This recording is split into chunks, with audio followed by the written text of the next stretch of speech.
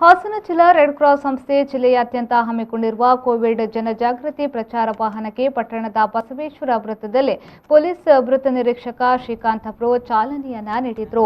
Covid ಜನಜಾಗೃತಿ ಪ್ರಚಾರ ವಾಹನಕ್ಕೆ ಚಾಲನೆ ನೀಡಿ ಮಾತನಾಡಿದ ವೃತ್ತ ನಿರೀಕ್ಷಕ ಶ್ರೀಕಾಂತ್ ಅವರು ಕೋವಿಡ್-19 ಬಗ್ಗೆ ತೆಗೆದುಕೊಳ್ಳಬೇಕಾದ ಕ್ರಮದ ಕುರಿತು ಸಾರ್ವಜನಿಕರು ಜಾಗೃತರಾಗಬೇಕು.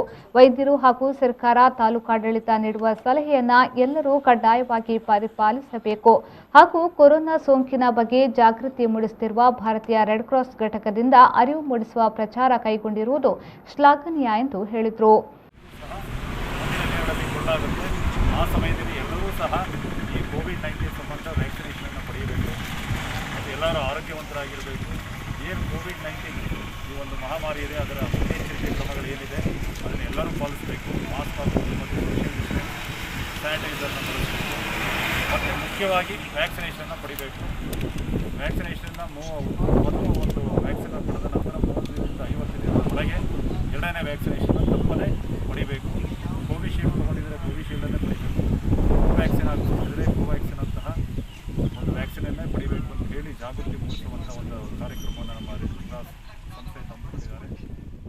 ತಾಲೂಕು ಆರೋಗ್ಯಾಧಿಕಾರಿ ಡಾಕ್ಟರ್ ವಿಜಯ್ ಅವರು ಮಾತನಾಡಿ, ಗ್ರಾಮೀಣ ಭಾಗದಲ್ಲಿ ಕೋವಿಡ್-19 ಬಗ್ಗೆ ತೆಗೆದುಕೊಳ್ಳಬೇಕಾದ ಕ್ರಮದ ಕುರಿತು ಅರಿವು ಮೂಡಿಸಲಾಗ್ತಾ ಇದೆ. ಆದರೂ ಹಳ್ಳಿಗಳಲ್ಲಿ ಕೊರೋನಾ ರೋಗಿಗಳ ಸಂಖ್ಯೆ ಹೆಚ್ಚಾಗ್ತಾ ಇದೆ. ಹೋಮ್ ಕ್ವಾರಂಟೈನ್ನಲ್ಲಿ ಇರುವುದು ಹೇಗೆ ಎಂಬ ಅರಿವು ಕೆಲವರಿಗಿಲ್ಲ. ಕೋವಿಡ್ ನಿಯಮ ಪಾಲನೆ ಸಾಧ್ಯವಾಗದವರು ಕೋವಿಡ್ ಸೆಂಟರ್ನಲ್ಲಿ ಇರುವುದು ಒಳ್ಳೆಯದು ಎಂದು ಹೇಳಿದರು.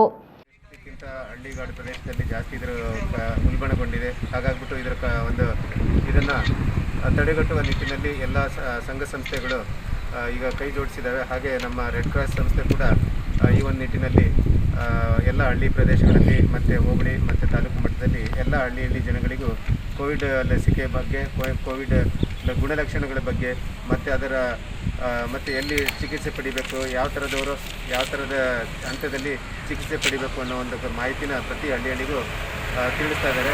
ಇದು ಒಂದು ಒಳ್ಳೆಯ ಕೆಲಸ ಅಂತ ನಾನು ಹೇಳ್ತೀನಿ. ಹಾಗೆ ಈಗೇನು ಪ್ರತಿಯೊಬ್ಬರಿಗೂ ಲಸಿಕೆ ಬರ್ತಾ ಇದೆ. ಈಗ 45 ವರ್ಷದ ಮೇಲ್ಪಟ್ಟವರಿಗೆ ಕೋವ್ಯಾಕ್ಸಿನ್ ಮತ್ತು ಕೋವಿಶೀಲ್ಡ್ ಪಡೆಯೋದಕ್ಕೆ ಈಗ ಒಂದು ಅವಕಾಶ ಕೊಟ್ಟಿದ್ದಾರೆ. ಈ ಟೈಮಲ್ಲಿ ಸಾರ್ವಜನಿಕರು ಸದುಪಯೋಗ ಪಡೆದುಕೋಬೇಕು.